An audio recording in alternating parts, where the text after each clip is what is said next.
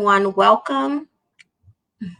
Good afternoon, everyone. Welcome to the second part of our Path to Healthy Living series. My name is Cortney Surrency, and I'm the wellness coach at the Y Healthy Living Center at the Winston Family YMCA. And joining me today is my good friend and team member, Skyler Tucker. Skyler, would you like to introduce yourself? Yes, thanks, Courtney. My name is Skyler, and you can find me at either the Wellness Connection at the JCA or the Williams Y Healthy Living Center in Mandarin. All right. So today we are really looking forward to speaking with you all about sleep and stress. These topics are my personal favorite because, as a counselor in training, helping individuals manage their stress and other mental health issues is my life's purpose. And you know that, Skylar. Mhm. So I know we're paired up today because you also mentioned that sleep is your favorite topic as well. Why does sleep interest you so much? Okay, thanks, Courtney. So, sleep is very important to me, especially when I was diagnosed with narcolepsy without cataplexy in my early 20s. Narcolepsy, for some of you who don't know, is a chronic neurological condition that causes my brain to not regulate sleep wake cycles normally. This in turn causes me to be extremely tired no matter what time of day and no matter how much sleep I get. Wow, thank you for sharing that personal story, Skylar. So you will focus on sleep and I'll focus on stress. Is that a plan? That's the plan. All right. So before we get into the how of improving your sleep and stress, I'd really like us to address why it is important to our health. Skylar, could you tell us a little more about how stress and sleep affect our health? Sure thing, Courtney. So let's start with stress. The effects of stress can manifest in several ways. First, in our physical body, things like headaches, upset stomach, muscle aches, and fatigue. It can even affect our thoughts and feelings like rumination, sadness, anger, anxiety, and that's just to name a few. And lastly, our behaviors, maybe overreacting to a situation. And over time, if we continue to experience stress, also known as chronic stress, it can lead to several health problems like heart disease, obesity, diabetes, and high blood pressure. And sleep, talking about lack of or inconsistent sleep, leads to a lot of the same negative outcomes as stress, like fatigue, trouble concentrating, irritability, behavior issues, decreased energy and motivation, while increasing risk of accidents or injuries. Yeah, so Skylar, obviously sleep and stress are really important for our health. You know, there is a lot on how stress and sleep are related.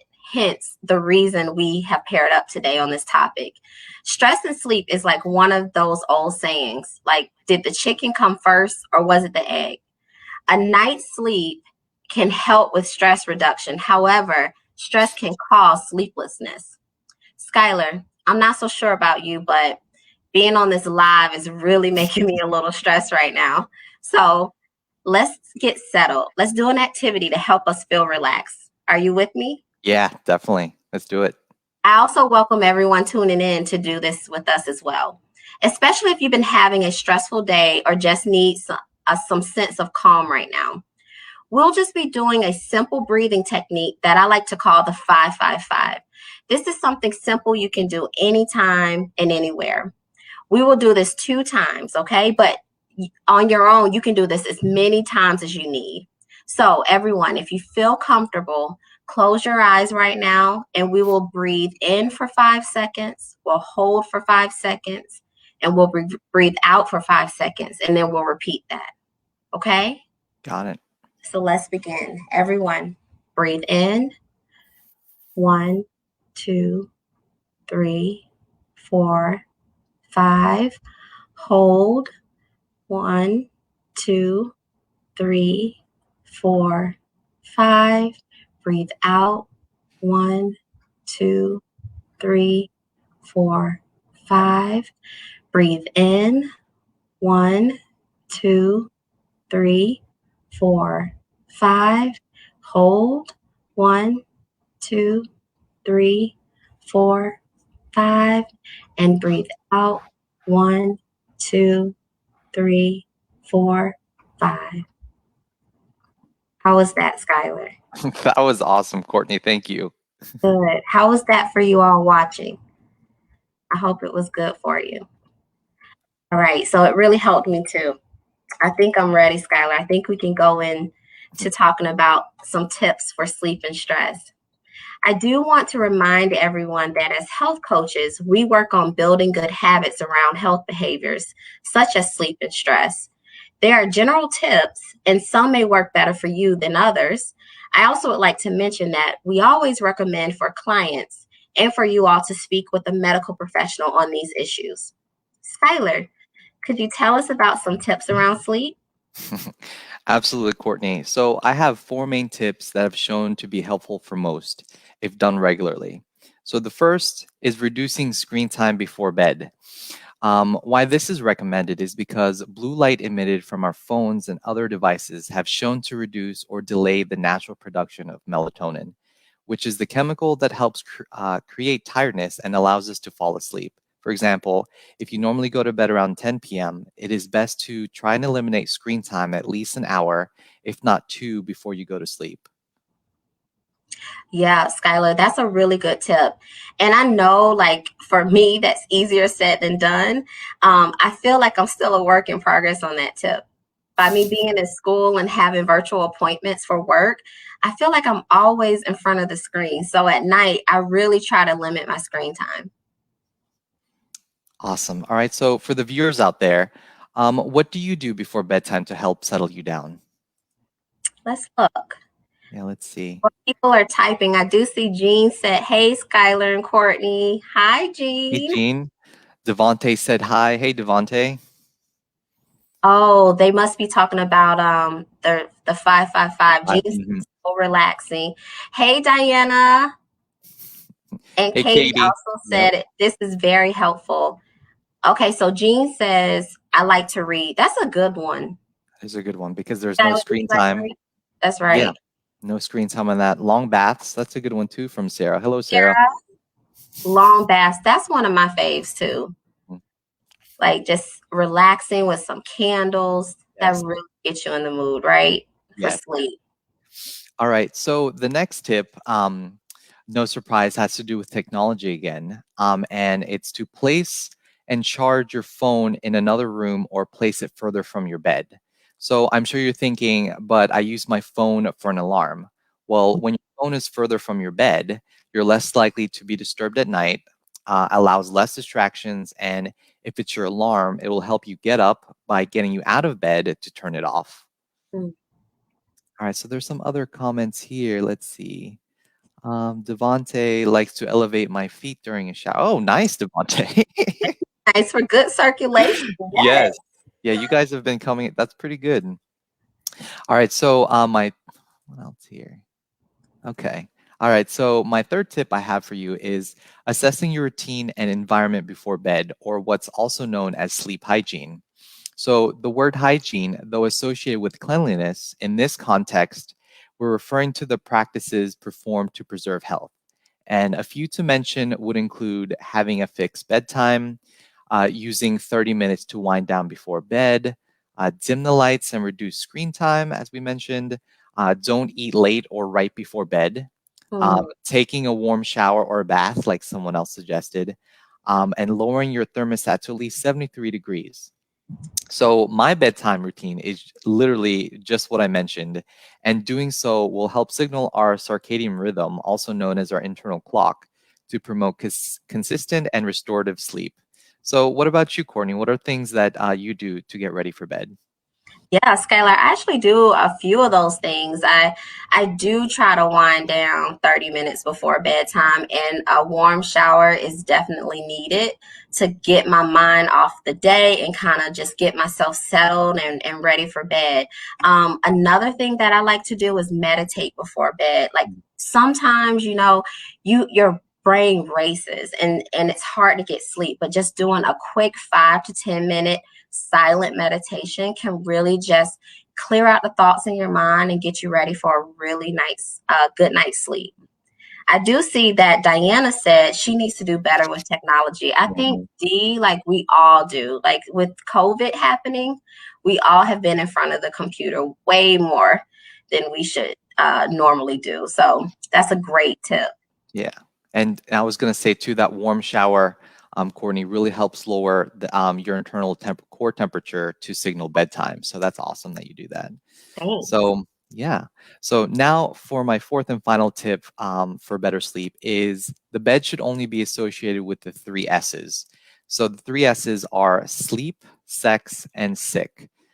With many of us being home more because of the pandemic, our bedrooms have turned into like a multi-purpose space out of necessity. If you're able to, try to keep the bed to those three S's and assess the environment before you go to bed. So, for example, if you have your work desk in your room, be sure your computer and monitor is off. Those noises and lights from these devices can interrupt sleep. And it's important to know that improving sleep hygiene won't always resolve sleeping problems. People who have serious insomnia or sleep disorders, like obstructive sleep apnea, may benefit from better sleep hygiene, but other treatments are usually necessary as well. And as Cortney mentioned in the beginning, if you have long-lasting severe sleeping problems or daytime sleepiness, it's best to talk with your doctor who can recommend the most appropriate course of treatment. So now I would like to do a short activity with you that may be helpful in eliciting relaxation before you go to bed. Some of you may know this, but it's called the body scan, and I'll guide you through it, but you can also guide yourself through this before bed. All I'm right, so excited. Courtney, you ready? We'll try Yeah. this. All right, so let's start with closing your eyes and focusing on your breath. Begin by bringing your attention into your body. You notice your body seated where you are positioned, feeling the weight of your body on the chair, on the floor. Take a few deep breaths.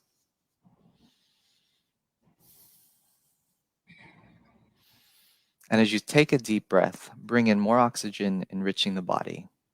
And as you exhale, have a sense of relaxing more deeply.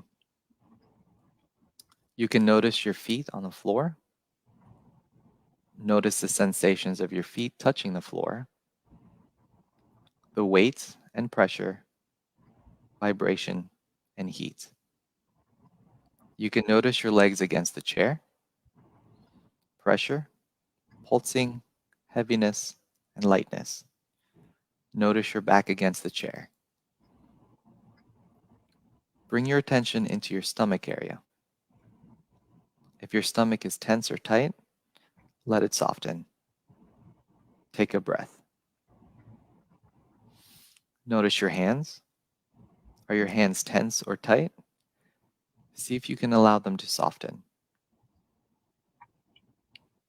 Notice your arms. Feel any sensation in your arms. Let your shoulders be soft. Notice your neck and throat. Let them be soft and relax. Soften your jaw. Let your face and facial muscles untighten and be soft. Then notice your whole body present. Take one more breath. Be aware of your whole body as best as you can.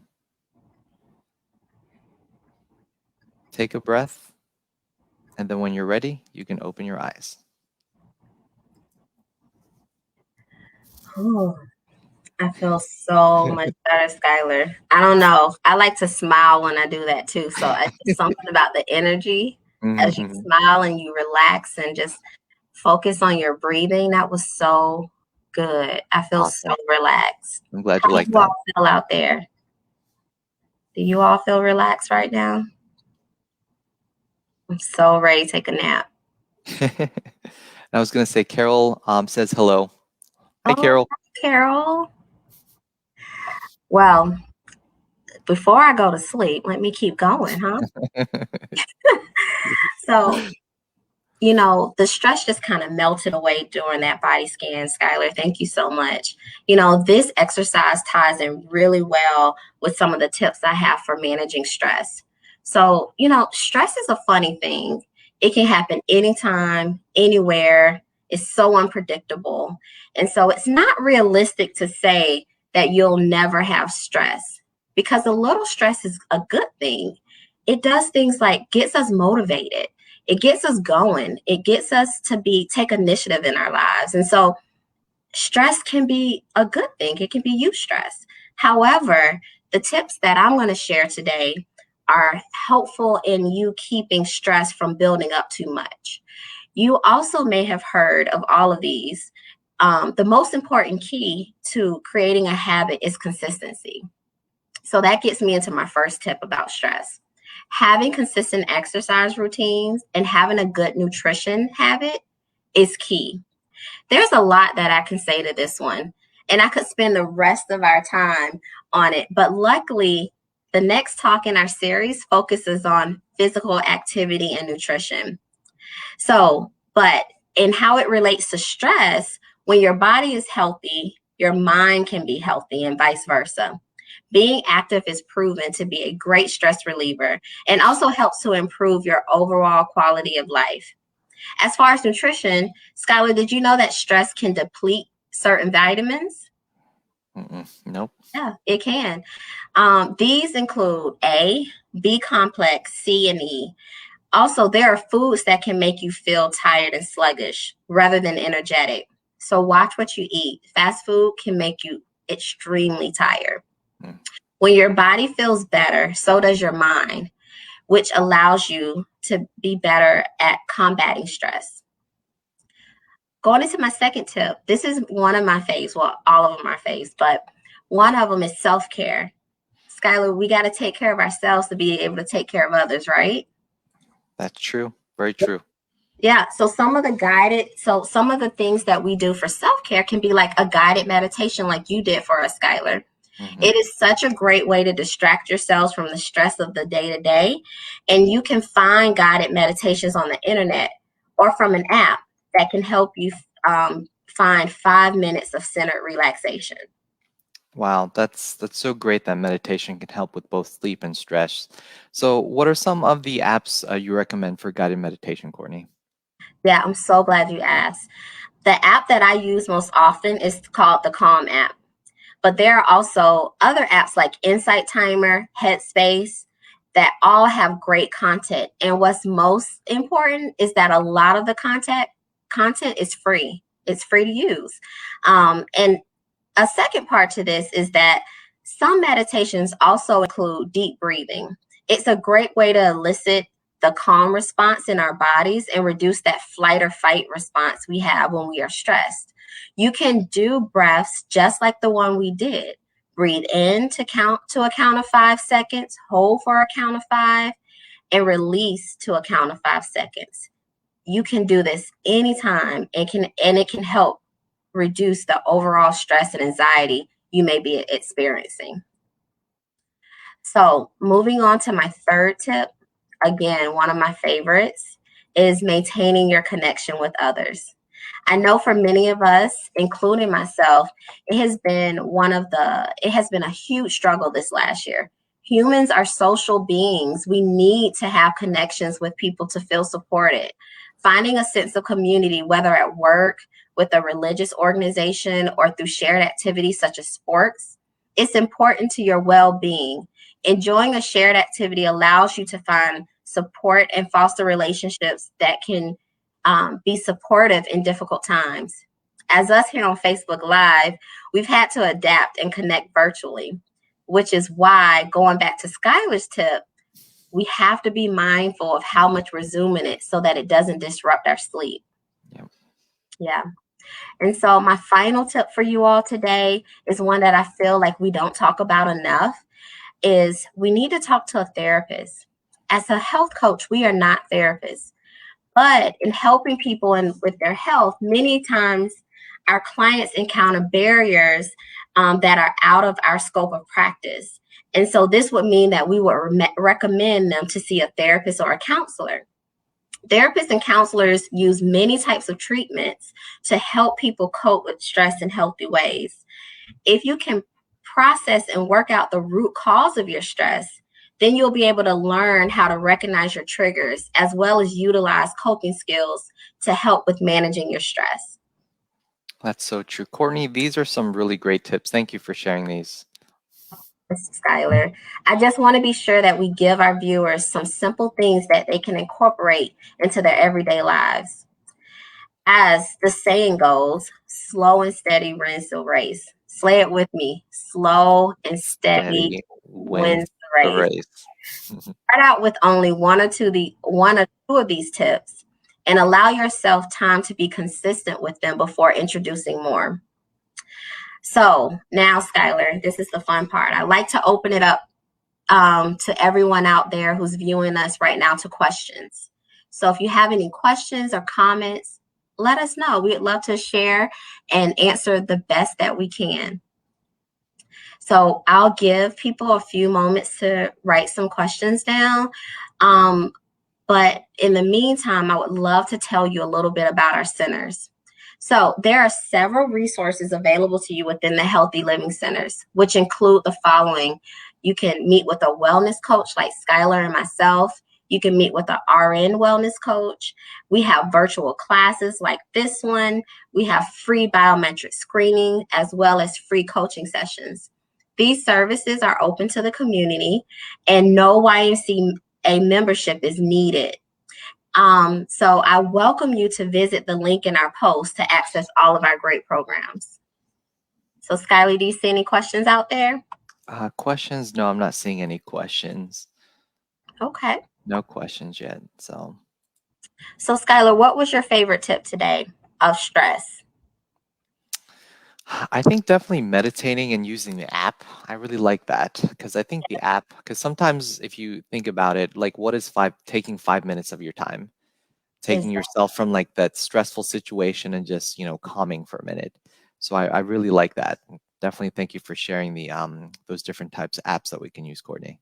The apps are so convenient because like myself, most people have their phone with them all the time. Mm. And, I find myself using the app when I'm getting ready for a meeting or if I had a difficult conversation or if you just need some quiet time. They have Mhm. so many types of things on the Calm app. They have 5-minute meditations, they have silent meditations. They also have sleep stories. Those are my favorites. So that's kind of related to your topic. You Mhm. can use the app just in case if you need help falling asleep. They have these cute little 15-minute childlike sleep stories that I'm out like a light, in 5 minutes. Mhm. I've never finished one. So And I was gonna say some of those meditation apps, some of the people like that are talking, their voices are like so perfect for, being able to calm or, especially the sleep ones where they tell a story. I don't know. I never thought that was so useful until I'm like, okay, cool. And then all of a sudden you're out. So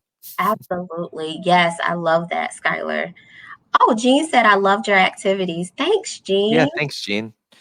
All right. Yeah. And also Carol, is lavender good for stress? What do you think about that, Courtney?